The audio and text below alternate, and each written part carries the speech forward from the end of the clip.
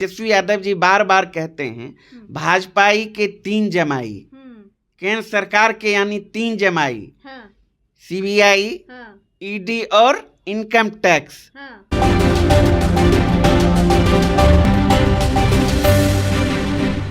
नमस्कार, आप देख रहे हैं रब्सी लाइव और मैं हूं आपके साथ निधि सिंह। देखिए, बीपीएससी अभ्यर्थी अब एक बार फिर से हंगामा करने लगे हैं और इनके सपोर्ट में आपको बता दें पप्पू यादव तो थे ही, साथ में प्रशांत किशोर भी थे और प्रशांत किशोर अनशन कर रहे थे। अनशन के बाद उनकी काफ़ी तबीयत खराब हुई और अब वह फिर से अनशन पर बैठने की वहीं पे बात कर रहे हैं। उनके दूसरे फेज 72 घंटे के बाद शुरू होने वाली है। अब राजद से प्रवक्ता है अरुण यादव जी, हम बात करेंगे सीधे तौर पे। अरुण जी, कैसे देखते हैं, अब अभ्यर्थियों की मांग पूरी नहीं हो पाई और पूरे करने का जिद जो है अब प्रशांत किशोर ले उठे, कैसे देखते हैं इसको?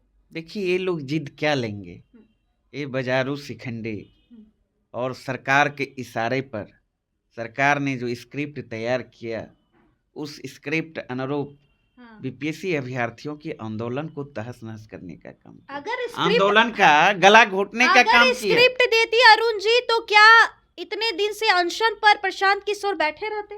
कहाँ अनशन पर बैठे? ये दिखावटी बनावटी, ये जाली आदमी कभी छात्र के हित के बारे में सोच ही नहीं सकते।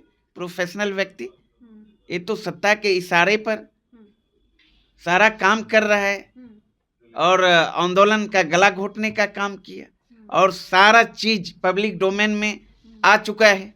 आपने देखा लग्जरी वैन कहाँ से, किसने दिया, स्क्रिप्ट लिखने वाले निर्देशक कौन है, डायरेक्टर कौन है, ये लोग तो भूमिका अदा कर रहे हैं, कलाकारी कर रहे हैं। जी चलिए, एक और सवाल रहेगा कि सुबह में ही आज लालू प्रसाद यादव एक ट्वीट करते हैं, कहते हैं सही का चुनाव करें और अब की बार बदलाव करें। क्या बदलाव नहीं हुई है बिहार में 2005 के बाद?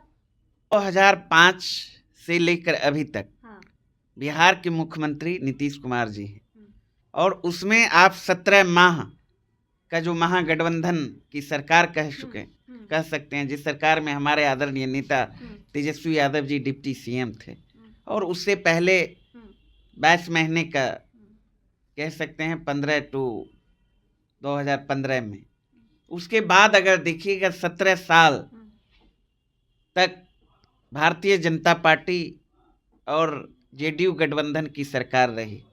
17 साल में क्या हुआ देखिए ना। 17 माह की उपलब्धियों को छोड़ दीजिए तो बार बार हमारे आदरणीय नेता तेजस्वी यादव जी कहते हैं 17 साल का हिसाब दो और आप देखिए ना नीति आयोग का रिपोर्ट। नीति आयोग राष्ट्रीय जनता दल का आयोग नहीं है, न तो प्रकोष्ठ है, न तो इशारे पे काम करती है। अगर हम कहते हैं इस बात को या हमारे आदरणीय नेता तेजस्वी यादव जी कहते हैं तो सत्ता पक्ष को मिर्ची लगती है। अब तो नीति आयोग ने स्पष्ट कर दिया ना, चिकित्सा के मामले में, शिक्षा के मामले में, अपराध के मामले में, भ्रष्टाचार के मामले में, पलायन के मामले में बिहार कहाँ खड़ा है?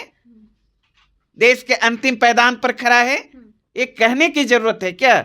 आपने देखा पिछले दिनों विधान मंडल के सत्र के दौरान कैग ने जो रिपोर्ट प्रस्तुत किया, शिक्षा व्यवस्था की पोल खोल के रख दिया। आप बताइए ना, 17 माह ही ना महागठबंधन सरकार ने देश में नजीर पेश करने का काम किया और उस सरकार में हमारे आदरणीय नेता तेजस्वी यादव जी डिप्टी सीएम थे और उनका जो भी प्रण था, संकल्प था, अधिकतर संकल्प पूरा हुआ। उन्होंने अपने प्रण को जमीन पे उतारने का काम किया। 2020 में जो उन्होंने वादा किया था 5 लाख नौकरी देने का काम किया। 17 माह के सेवा काल में जाति आधारित गणना कराकर आरक्षण का दायरा बढ़ाने का काम किया। दलितों के लिए, पिछड़ों के लिए, अति पिछड़ों के लिए, आदिवासियों के लिए दायरा बढ़ा के सुन लीजिए ना, 65% करने का काम किया। मानदेय दोगुना करने का काम किया। 4 लाख से अधिक नियोजित शिक्षकों को राजकर्मी का दर्जा देने का काम किया। आईटी पॉलिसी लागू करने का काम किया। टूरिज्म पॉलिसी लागू करने का काम किया। स्पोर्ट पॉलिसी लागू करने का काम किया। ये सारी काम जो है तेजस्वी यादव जी के प्रण अनुरूप 17 माह में हुए आपने नौकरी, भ्रष्टाचार- मेडल लाओ नौकरी पाओ, ऐसी योजना के तहत नौजवानों को नौकरी दिया गया। स्वास्थ्य सेवा का बात अगर करेंगे, मिशन 60 के तहत, मिशन बुनियाद के तहत, मिशन परिवर्तन के तहत अमूलचूल परिवर्तन हुए। उद्योग धंधे लगाने हेतु कॉन्फ्रेंस यहाँ बुलाया गया उद्योगपतियों का। अरुण जी, एक सवाल रहेगा कि जिस तरीके से आपके ही पार्टी के नेता के घर पे ईडी की छापेमारी होती है, क्या लगता है कि चुनाव आते ही ईडी और सीबीआई आपके पीछे आ जाती है? ये तो पब्लिक डोमेन में है, देश का बच्चा बच्चा अब जान चुका है।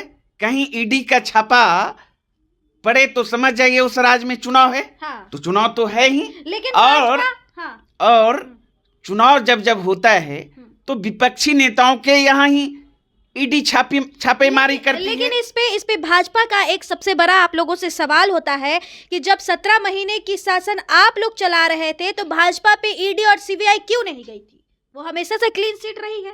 अरे भाई, 17 माह का जो सेवा काल था, ईडी जो है, हमारे नेता तेजस्वी यादव जी बार बार कहते हैं भाजपाई के 3 जमाई, केंद्र सरकार के यानी 3 जमाई, सीबीआई, ईडी और इनकम टैक्स।